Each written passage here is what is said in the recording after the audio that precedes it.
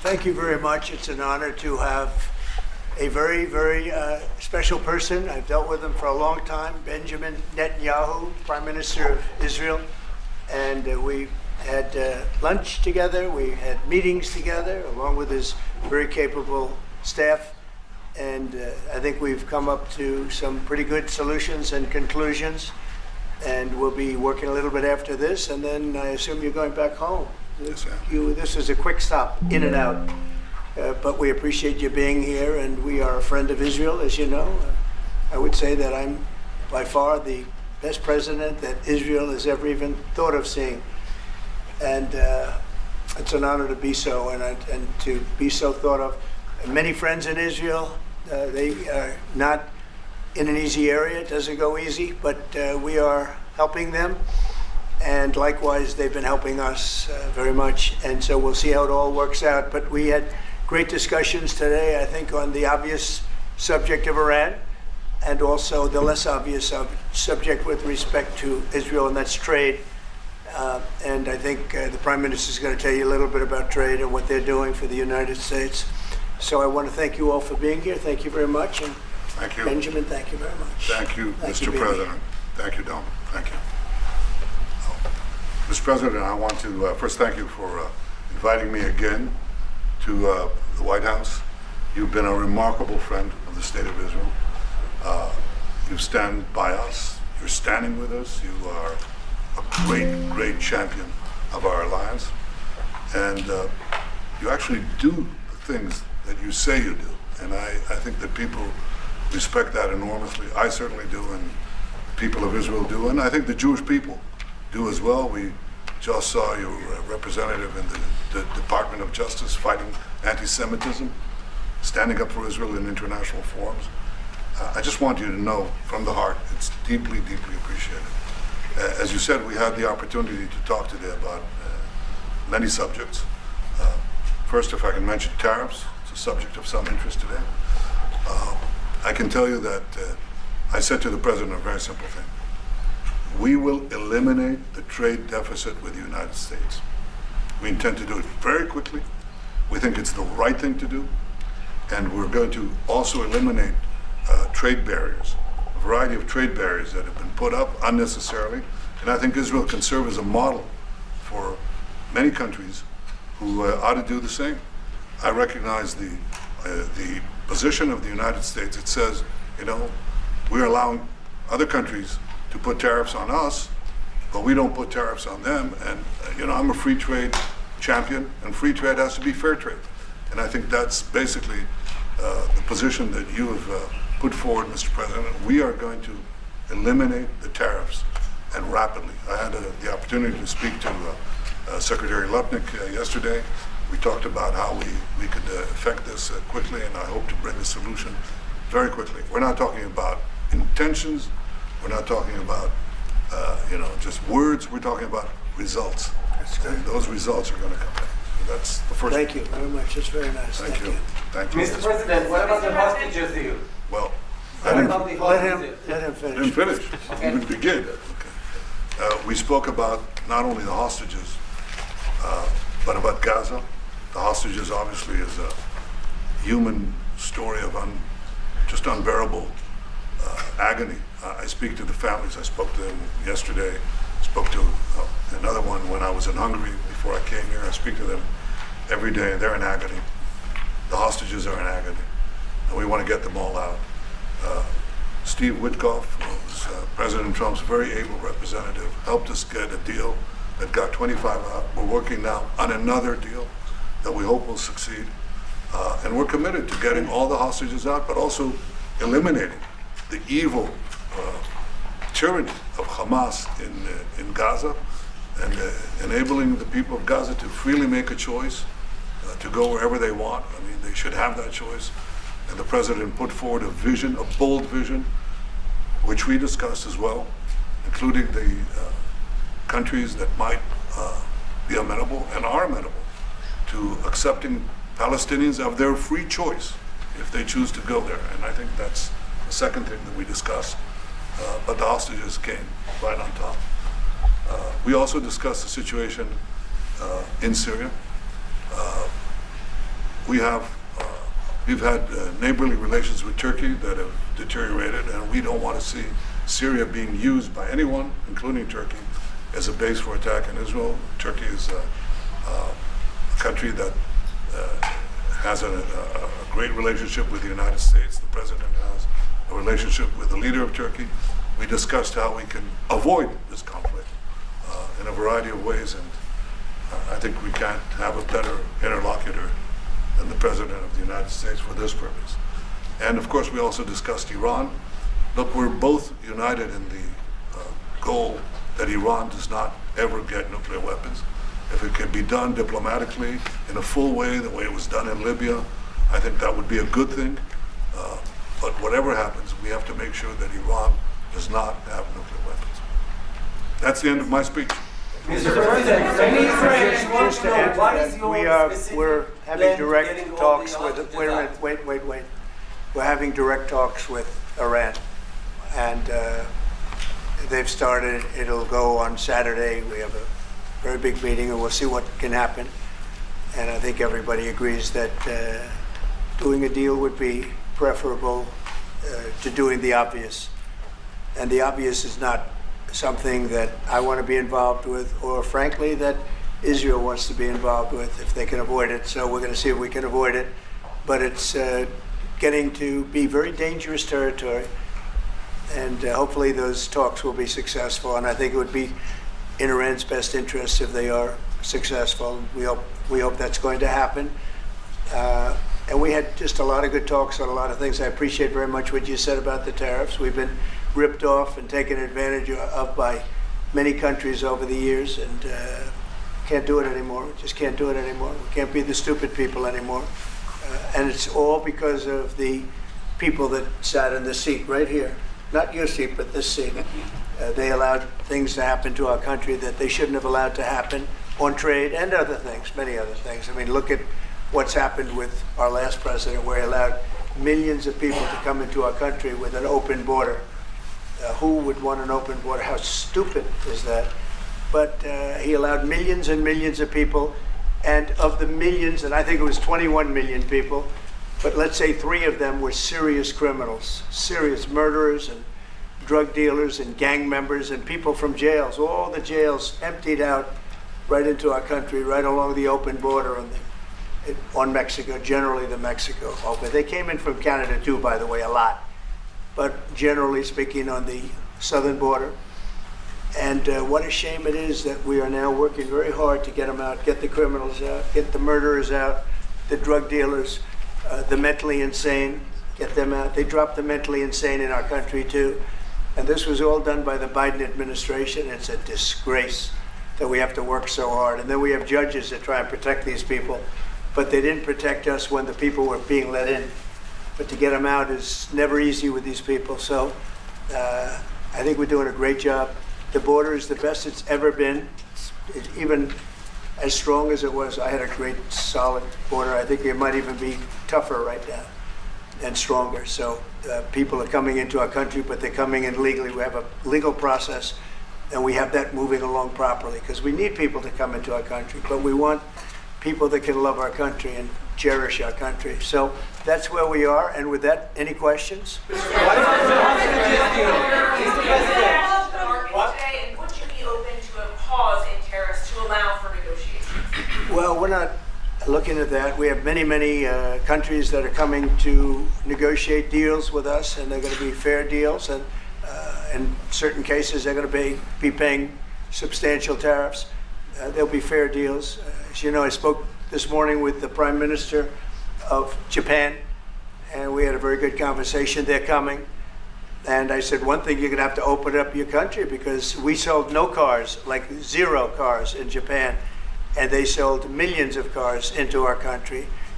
They don't really take our agriculture, a little bit of it just to keep us slightly happy, but they don't take what they're supposed to be taking. So we have a great relationship with Japan. We're going to keep it that way, but they're coming in to meet, and other countries are coming in. With China, as you know, against my statement, they put a 34% tariff on above what their ridiculous tariffs were already. And I said, if that tariff isn't removed by tomorrow at 12 o'clock, we're putting a 50% tariff on above the tariffs that we put on. So they've gone for years. They've become a rich country because of people, again, that were in the White House that allowed this to happen.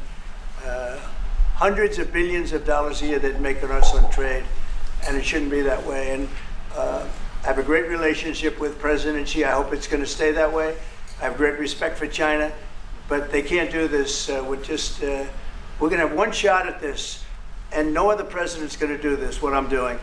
And I'll tell you what, it's an honor to do it because we have been just destroyed, what they've done to our system. You know, we have $36 trillion of debt for a reason. And the reason is that people allowed it to get that way. So we'll be talking to China. We'll be talking to a lot of different countries. And I think, you know, if we can make a really fair deal and a good deal for the United States, not a good deal for others. This is America first. It's now America first. And we didn't put America first. We put America last. The people that were in the Oval Office put America last, and we're not going to stand for it. Yeah. What about the hostages? Mr. President, Go ahead. who's going to represent the U.S. in the talks with Go Iran? ahead. Two questions. Do you expect any of these deals to be made before April 9th? And secondly, there have been some mixed messages from your administration. You're talking about negotiations, and yet others in your administration are saying that these tariffs are actually permanent. What is the actual? Well, it could be. They can both be true. There can be permanent tariffs, and there can also be negotiations because there are things that we need beyond tariffs. We need open borders. You know, we almost had a deal with China where we're going to open up China. It was almost done. Some of you remember it during my first term, and it was very disappointing. We ended up making a great deal. $50 billion worth of product was sold. $50 billion. You'd like that in Israel. And I made that deal, but it wasn't the deal that I wanted. It was the deal that I wanted was that plus they were going to open up China so that our companies could go into China and compete with other countries and China for the, you know, for a large number of people. And at the very end, that deal was terminated, and we went to a piece of the deal. And there are a lot of things outside of tariffs, but tariffs are very important. But there are a lot of things like opening up countries that were totally closed. China's essentially a closed country. In fact, it is a closed country. And what they do is they charge tariffs so that if you sell cars or if you sell anything, nobody's going to buy it because the price is out of control. But that's true with a lot of other countries also. So we're going to get fair deals and good deals with every country. And if we don't, we're going to have nothing to do with them. They're not going to be allowed to participate in the United States. Mr. President,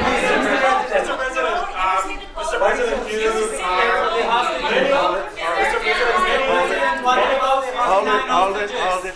Just relax. We have time. This gentleman is all day long. Mr. President, thank you for the chance. Go ahead. Many Palestinian Americans who voted for you and not for Biden because you've promised them to end the war in right. Gaza. Very honored by that vote, too. The war is still going on and there's no hostage deal. Do you have any update on that?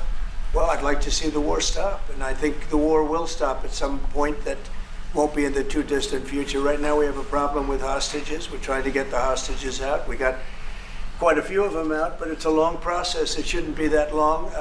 We have a big problem that we've done. I think I'll ask Pete to maybe talk about it for a second, because a lot of people are asking. The Houthis, we've been very tough and very successful militarily. We've really damaged them badly. These were people shooting down ships and other things, by the way, flying objects like airplanes.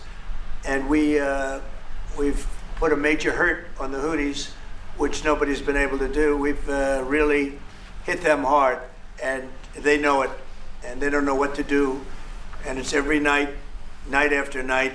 And we've gotten many of their leaders and their experts. They're experts on missiles. I mean, they actually make missiles. Nobody thought that, but they make missiles. They're highly sophisticated and they're very tough, but they've been very badly damaged. Nobody else was able to do that but us. Pete, you want to discuss that, please? Yes, sir.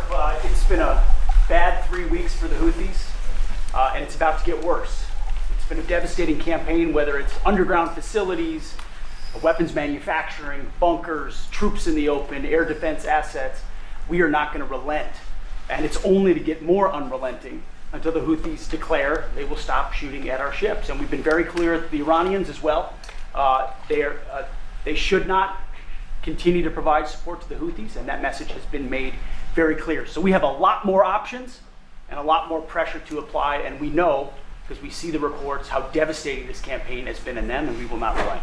We have a great military. There's no military like our military. And despite Biden having given a lot, but nevertheless a pretty small piece, but it was a lot of our military away in Afghanistan, and one of the dumbest situations, I think, and maybe the most embarrassing situation we've ever been involved in. That short period of time in Afghanistan, what a disgrace that was, but left a lot of our military behind, left, you see them in their annual parades where they're parading trucks that are armor plated and different things that they can't, but it's many billions of dollars we left behind.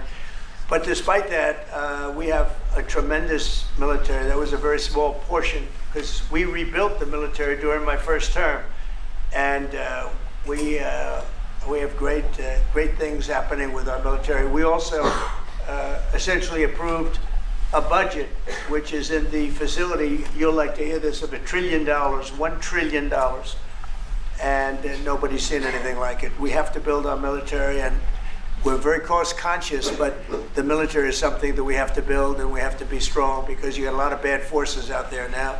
So we're going to be approving a budget, and I'm proud to say, actually, the biggest one we've ever done for the military. We're cutting other things that were under DOGE, but under a lot of other.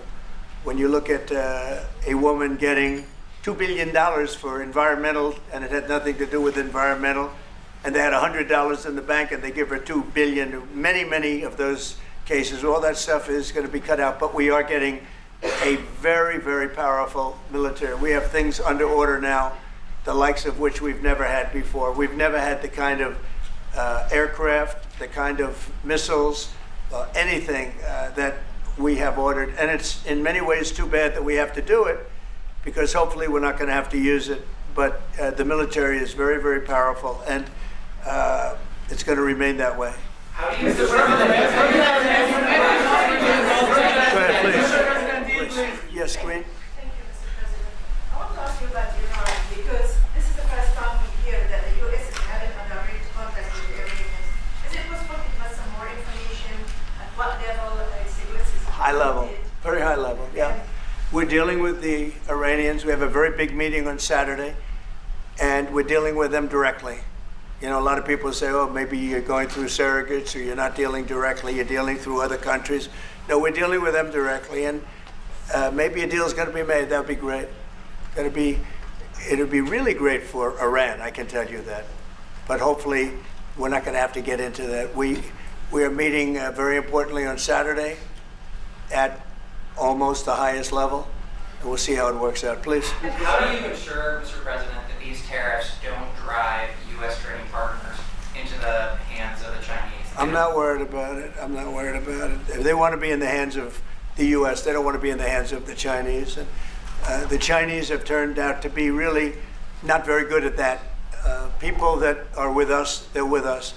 But we cannot be taken advantage of any longer. I used to watch these deals for years. I've been talking about it for years. You know, I've been talking about it for 35 years, how our country is being ripped off. I mean, 30 years ago it was Japan, then it was something else, then it was another group, then it was China. China's doing the best job of it, frankly. And it's just not going to happen. Not going to happen. Mr. President, the EU has said that they have offered 0 for 0 tariffs on cars and industrial goods. Is that not enough? Well, the EU, no, it's not.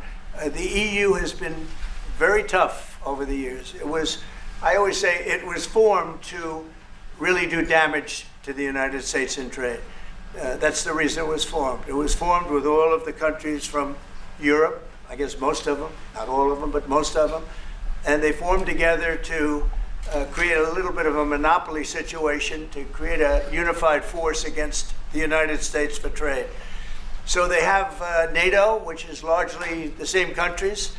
and they took advantage of us dollar-wise and militarily until I got there. You know, I was able to get $600 billion from NATO, where they paid NATO because most of these nations weren't even paying. We were paying for NATO, so we're paying them to guard them militarily, and they're screwing us on trade. So that's not a good combination. So now it's really turned around. It's the opposite, and the European Union's been very bad to us.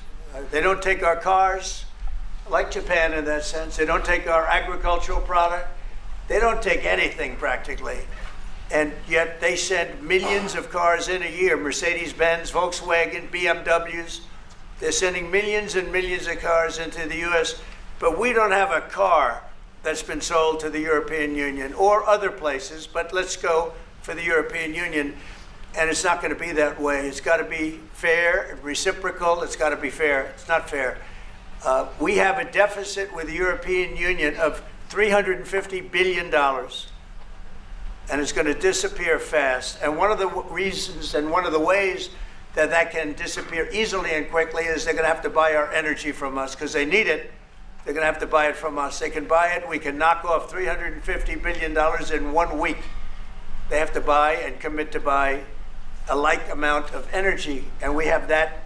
You know, we have more energy than any country in the world. I don't know if you know that. He knows everything, but the one thing he may not know, we have more energy than any country in the world. We have more of every kind of energy, every form of energy, from oil and gas to coal. And people talk about, I call it beautiful, clean coal. As you know, Germany is opening up a coal plant a week. They tried the windmills and it didn't work. They tried all the other solutions and they were ready to go out of business. Now they're doing a coal plant a week. China is now up to 2 coal plants. They're opening 2 major coal plants every single week in China, all over China. And then we're not allowed to use coal. Well, we have clean, beautiful coal more than anybody else. We have oil and gas more than anybody else. We have the most energy of any country in the world, including Saudi Arabia, including everybody, by a lot. And I took it to number 1. We were number 3, and I took it to number 1 during my administration. And the reason that we were hurt so badly and the reason that we went into such incredible inflation during Biden is energy.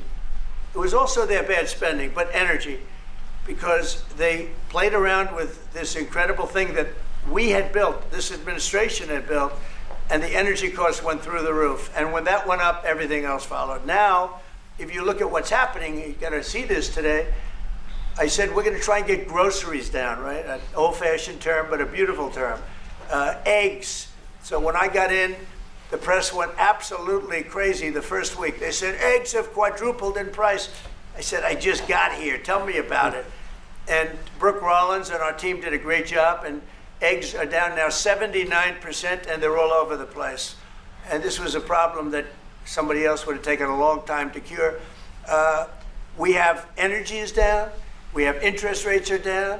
We have groceries, meaning food is down.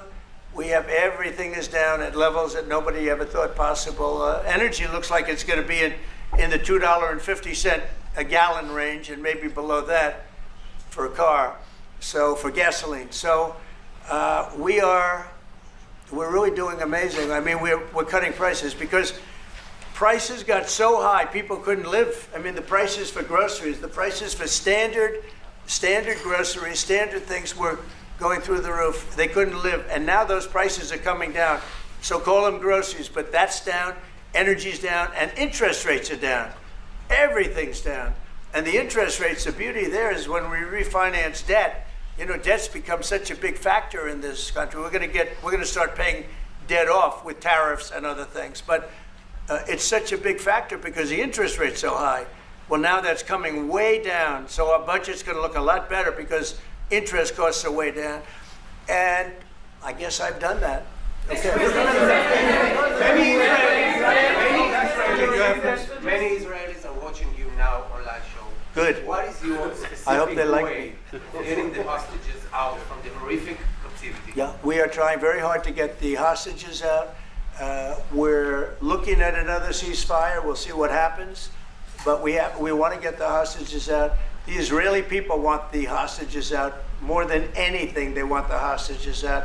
This man is working very hard with us to do that. I mean, I don't know. I hope he's being appreciated because he's been a great leader. He's working very, very hard on the hostages and many other things. And there are plenty of things you have to work on. It's a tough place in the world, isn't it? I have a good partner. Yeah, you do have a good partner, and so do we. We're working very hard on the hostages. Yeah, please. If you're going to negotiate a new deal with Iran, can you elaborate how it's going to be more effective than the JCPOA? Well, I can't really say that, but I think it'll be different and maybe a lot stronger.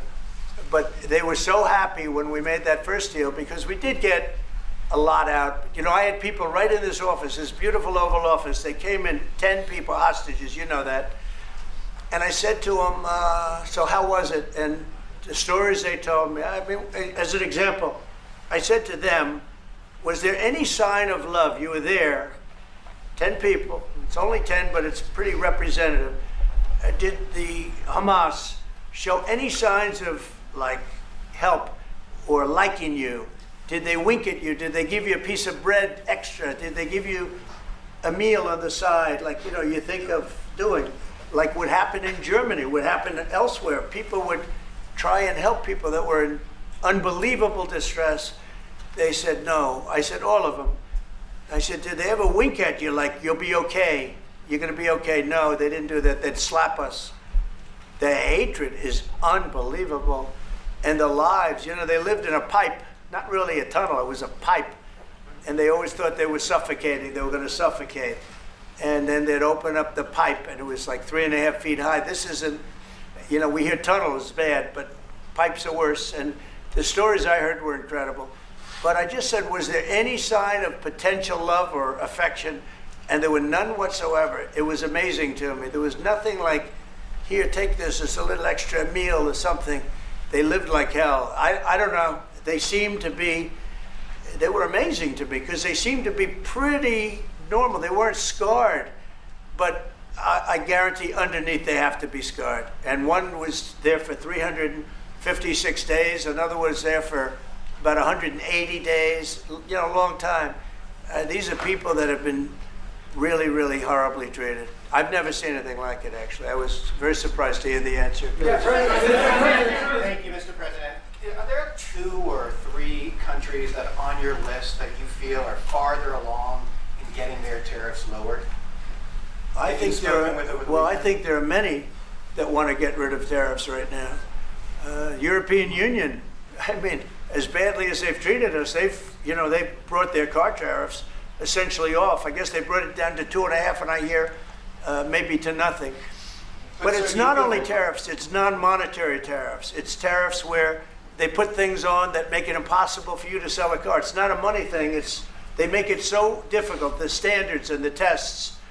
They drop a bowling ball on the top of your car from 20 feet up in the air, and if there's a little dent, they say, no, I'm sorry, your car doesn't qualify. When the same car from Germany or anything would dent likewise, unless you can have an army tank, it's going to dent. So they come up with rules and regulations that are just designed for one reason, that you can't sell your product in those countries, and we're not going to let that happen. Those are called non-monetary barriers. They make barriers that are so tough that it's impossible to qualify. So tariffs are a big part of it, but there's another big part of it, and that's barriers. They also do something else. They manipulate their currency, and they drive it down. They want to have low currencies. You know, it sounds better to have a high currency, a strong dollar or whatever, but they bring their currency down, and when it competes with our currency, it's very hard to sell a tractor. It's very hard to sell product because their currency is low and ours is much higher relatively. And so it makes it very hard. I speak to a lot of companies that do business, tractor companies, and they say it's so hard to sell because what they've done is they've lowered the yen or they've lowered the yuan or they've lowered their currency, so that it's very hard to compete. We don't want that either. So we have a lot of things that we're talking about, but we're going to fix it properly, and it's going to be fair to everybody. And in the end, I think we're going to have a world that does a lot better, you know, but they have to respect the United States. And nobody but me would do this. Nobody but me would do this. You know, it would be nice to serve, a nice, easy term. But we have an opportunity to change the fabric of our country. We have an opportunity to reset the table on trade. We lose billions of dollars. We lose close to $2 trillion a year on trade. We lose $1 trillion a year to China. $1 trillion. We lose hundreds of billions of dollars a year on trade to China. We lose hundreds of billions of dollars overall, probably close to $2 trillion. Why would we do that? Number one, why would we do that? And then you have to say, is it sustainable? Then you hear about all of the people that say, well, deficits. If we have a deficit with the country, or if the country has a big surplus with us, like China has a massive surplus, that they take and they spend on their military. Well, we don't want that. I don't want them to take $500, $600 billion a year and spend it on their military. I don't want them spending money on their military. And I shouldn't have to spend money. We shouldn't have to spend it either. Because, you know, hopefully, and I said this to President Xi, hopefully it's money that we're never going to use. In other words, because we're not going to use those incredible weapons that we have and that they have. We don't want that. So it's going to be very interesting. It's the only chance our country will have to reset the table. Because no other president would be willing to do what I'm doing or to even go through it. Now, I don't mind going through it because I see a beautiful picture at the end. But we are making tremendous progress with a lot of countries, and the countries that really took advantage of us are now saying, please negotiate. You know why? Because they're getting beaten badly because of what's happening. They're getting beaten badly. They're being devalued as countries. But it's the only chance we're going to have to reset the table on trade. And when we do, we're going to come out unbelievably well. We're going to have a strong country economically again. And we're going to have those factories that are empty all over the United States. We've lost 90,000 plants and factories. Think of this, 90,000, you wouldn't think it's possible, 90,000 plants and factories since NAFTA, which was, by the way, the worst trade deal ever developed, ever had by any country anywhere, NAFTA. And I terminated NAFTA. Everybody said it would be impossible. And I terminated it through Congress. We terminated it. You had to get it through Congress. It was a trap. It was a horrible thing, and we got it done. And we went to the USMCA, which was much better. The problem is they cheat. They cheat like crazy. Canada cheats, Mexico cheats, just one of those things. But we are resetting a table, and we're going to have great trade, and we're going to have a very strong country. Our country is going to be at a level that has maybe never been, or maybe, you know, our country was the strongest, believe it or not, from 1870 to 1913. You know why? It was all tariff-based. We had no income tax. Then in 1913, some genius came up with the idea of let's charge the people of our country, not foreign countries that are ripping off our country. And the country was never that kind of wealth. We had so much wealth, we didn't know what to do with our money. We had meetings, we had committees, and these committees worked tirelessly to study one subject. We have so much money. What are we going to do with it? Who are we going to give it to? And I hope we're going to be in that position again. Mr. President, do you plan to reduce the tariffs that your government put on Israeli goods, 70%? On where? On Israeli goods, the 17%. Do you plan Well, to we're reduce- talking about a whole new trade. Maybe not. Maybe not. Don't forget, we help Israel a lot. You know, we give Israel $4 billion a year. That's a lot. Congratulations, by the way. That's pretty good. But we give Israel billions of dollars a year. Billions. It's one of the highest of, and we give a lot of countries money. You wouldn't believe if I said we give Afghanistan a lot of money. Do you? Because that was a Biden deal, another Biden deal. Not only did he embarrass us with that, but they give them billions of dollars, Afghanistan, right? So, but no, we take good care of our friends, and we don't take care of our enemies. We're not taking care of our enemies anymore, but we do take care of our friends. Mr. Berman, for the Times of Israel, the IDF is fighting again in the Gaza Strip. I myself might be called up in a month. Do you think that's the way to pressure Hamas to get to a deal? And do you think blocking humanitarian aid is also an effective pressure? Well, you know how I feel about the Gaza Strip. I think it's an incredible piece of important real estate. And I think it's something that we would be involved in, but having a peace force like the United States there, controlling and owning the Gaza Strip would be a good thing. Because right now, all it is for years and years, all I hear about is killing and Hamas and problems. And if you take the people, the Palestinians, and move them around to different countries, and you have plenty of countries that will do that, and you really have a freedom zone. You call it the freedom zone, a free zone, a zone where people aren't going to be killed every day. That's a hell of a place. It's you know what I call it, a great location that nobody wants to live in, because they really don't. And when they have good living, real living, where Hamas and all of the problems they have, the level of death on the Gaza Strip is just incredible. And I've said it. I don't understand why Israel ever gave it up. Israel owned it. It wasn't this man, so I can say it. He wouldn't have given it up. I know him very well. There's no way. They took oceanfront property and they gave it to people for peace. How did that work out? Not good. Is the immigration, sorry, Mr. President, is the immigration plan still on the agenda? Which immigration? From Gaza. From Gaza. Yeah, free of- All it is a concept that I had that I think is good, and now people are copying it. Maybe do you want to tell? People are talking about the Trump plan. Gee, why don't we do that? Would you like to answer that question? I think what the president talked about is, first of all, to give people a choice. Gazans were closed in, and any other place, including in arenas of battle. I mean, whether it's Ukraine or Syria or any other place, people could leave. Gaza was the only place where they locked them in. We didn't lock them in. They're locked in. And what is wrong with giving people a choice?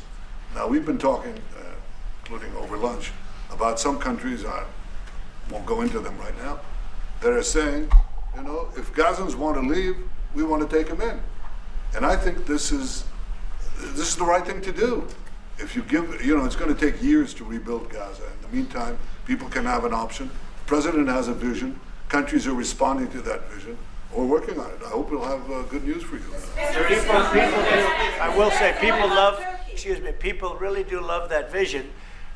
It's a long-term vision, but so importantly is to have that be a safe field, because you're right smack in the middle of the Middle East. You're right along Israel. It should have never, ever been given away. It shouldn't have been given away by Israel. I don't know why they did it. I mean, I do know why, because they were promised peace, but that didn't work out too well, because it's one of the most dangerous pieces of land anywhere in the world. Gaza is one of the most dangerous places in the world. So they gave it away for a good intention, and it didn't work out that way. And a lot of people like my concept, but there are other concepts that I like too. And there are some concepts I don't like. You know what I don't like? The way it is now. Because right now it's a dangerous death trap, Gaza. Yeah. Thank you, sir. Can you talk a little bit about your potential meeting with Vladimir Putin? Do you still plan to meet with him? Could that happen in Saudi Arabia? And maybe you could elaborate as well a little bit on not providing tariffs on Russia, sir. So the reason we're not talking about tariffs with Russia is because we're not doing business essentially with Russia, because they're in a war. And I'm not happy about what's going on with the bombing, because they're bombing like crazy right now. They're bombing. I don't know what's happening there. That's not a good situation. So we're meeting with Russia. We're meeting with Ukraine. And we're getting sort of close. But I'm not happy with all the bombing that's going on in the last week or so. Horrible. It's a horrible thing. It's a horrible thing. If it's not Can countries negotiate to get below 10%? In terms of tariffs? Yes. Look, we've been ripped off and taken advantage of for 40, 50, 60 years. And the reason we got ripped off and the way they did it was tariffs. They would charge tariffs, massive numbers of dollars. And when you look at China, when I took over, it was at $507 billion they were making. I call it making. A lot of people say, oh, it doesn't mean anything, having a surplus. It means a lot, in my opinion. It's almost like a profit or loss statement. And when I took over, it was $507 billion that China was, this is originally, first term, and we were very, very tough on them. because they were taking that money and they were building a military with it. Then when Biden came in, he let him get away with murder. He had no idea. I'll tell you what, that man had no idea what was happening, whether it was the border or China or anything else. He had no idea what was going on. And they went wild. China went wild. And the money they make is ridiculous, okay? It's just not going to happen. And hopefully we'll get along with China. If we do, that's great. And if we don't, that's okay too. But we can't let that continue, because that's an abuse.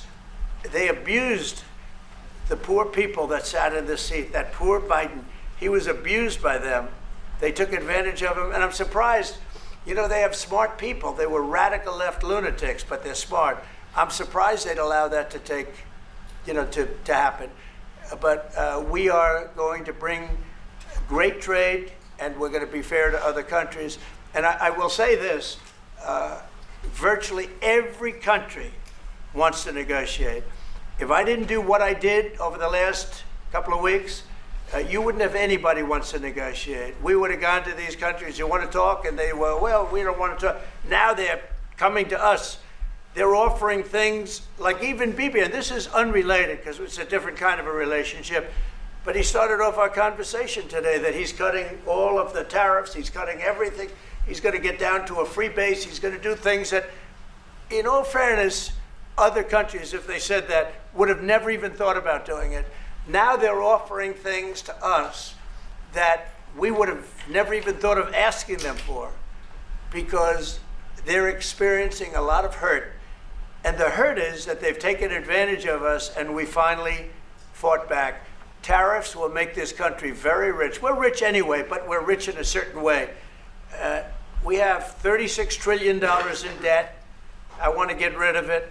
And we can do it quickly with proper deals. So when countries don't allow us to sell our product, but we allow them to sell their product, when they charge us massive amounts of money for the privilege of going into their country, those days are over. Okay. Yeah, go ahead. Sir? Me? Yeah. He sounds so Thank surprised. you, Mr. President. On Iran, two questions, please. First, you can give us more details about where the meeting on Saturday is going to I can't tell you that. I can just tell you there's a major meeting going on between us and Iran, and that'll take place on Saturday, and it's at top level. And second question about this. A lot of people think that those talks are not going to lead anywhere because the Iranians may be will right. never give up their nuclear program. I think that's a possibility too. If diplomacy fails, is the United States under your leadership ready to take military action to destroy the Iranian nuclear program and remove this threat? I think if the talks aren't successful with Iran, I think Iran is going to be in great danger. And I hate to say it, great danger, because they can't have a nuclear weapon. So is that a yes? You know, it's not a complicated formula. Iran cannot have a nuclear weapon. That's all there is. So is Can't the have US it. ready Right to now take we have military countries action? that have nuclear power that shouldn't have it. But I'm sure we'll be able to negotiate out of that too as part of this later on down the line. But Iran cannot have a nuclear weapon. And if the talks aren't successful, I actually think it'll be a very bad day for Iran if that's the case. Yeah. Mr. President, on manufacturing. Yeah, please. Mr. President, was October 7th the death blow of the two-state solution, and would you consider classifying the Palestinian Authority as a terrorist organization for its continued pay-for-slay terror financing payments? So October 7th was a horrible day that some people, they deny it. Now, I can't believe they deny it from the standpoint of it. They do it because they think it's good politically. But October, I've seen the tapes. I've seen things that you don't want to see. October 7th was a horrible day, and it will go down as one of the really bad days in the history of the world. It was a horrible, horrible thing that happened. And they grabbed some of these people. I'll give you an example. When I was with the 10 hostages a few weeks ago, I said, so how many are there? 59. I said, oh, so 59, so we can get 59. They sort of knew the territory pretty good. And I said, how are they doing? They said, well, only 24 are living, the rest are dead. And these are young people largely. Young people don't die. You know, young people have an amazing ability to live. They can live through horrible things, but these are young people. And when they said that 24 are living and the rest are dead. And I've had parents come up, Israeli parents largely. We have some Americans, and I guess we have one left, Alex. We have the one left. But I've had Israeli parents come up to me at events and say, my son is there. I said, well, how's he doing? Well, he's dead. But would you do me the biggest favor ever? Could you bring his body back home? They talked about a young dead boy and a young dead girl like they were living. And that could have something to do with religion. That could have something to do with, I guess maybe any parent would be, but I was surprised. They said, sir, my son is dead. It is just as important to bring that body back home. I asked that question as if he were alive. So you have a lot of them dead, and we'll be able to bring them back. But it's a horrible thing that's happened. These are largely young people. Some old ones too, frankly. And those people have lived in hell. When they came off, the second group that came out, they looked like they just got out of a concentration camp. They looked exactly like the pictures that I'd see from the 1940s, the concentration camps. And then they got a little bit better, but that second group, those people came out, and I said, this is unbelievable. We're going back into a chapter in history that is one of the worst ever. It's really very bad. Okay? Mr. President,